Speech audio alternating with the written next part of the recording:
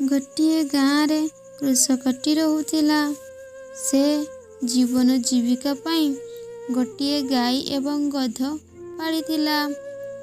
ଗାଈ କ୍ଷୀର ଦେଉଥିଲା ଏବଂ ଗଧ କୃଷକର ଭାର ବହି ଜମିରେ ଚାଷ କାମ କରୁଥିଲା। କୃଷକ ଗାଈକୁ ବହୁତ ସ୍ନେହ ଓ ଭଲ ପାଉଥିଲେ। ଗଧ ଏହା ଦେଖି ଈର୍ଷା ଅନୁଭବ କଲା।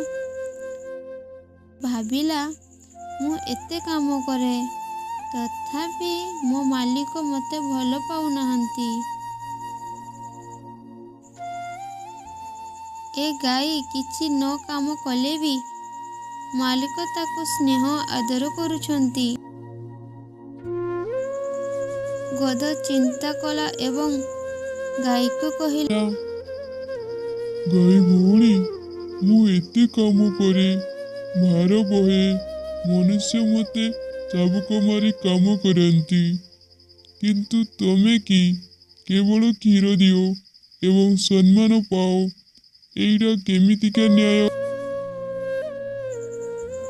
ଗାଈ ହସିକି କହିଲା, ଭାଇ, ତୁମେ ଏତେ ଈର୍ଷା କରୁଛ କାହିଁକି? ମୁଁ ମଧ୍ୟ ଗୋଟେ କାମ କରେ।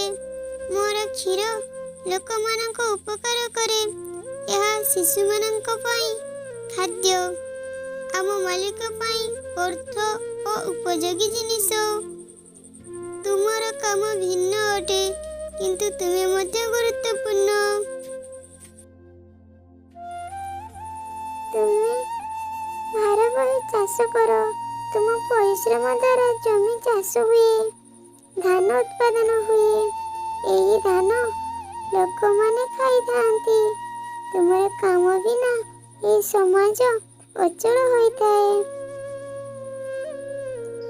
ତାହେଲେ କ'ଣ ମୁଁ ମଧ୍ୟ ଏକ ଗୁରୁତ୍ୱପୂର୍ଣ୍ଣ କାମ କରୁଛି? ନିଶ୍ଚୟ।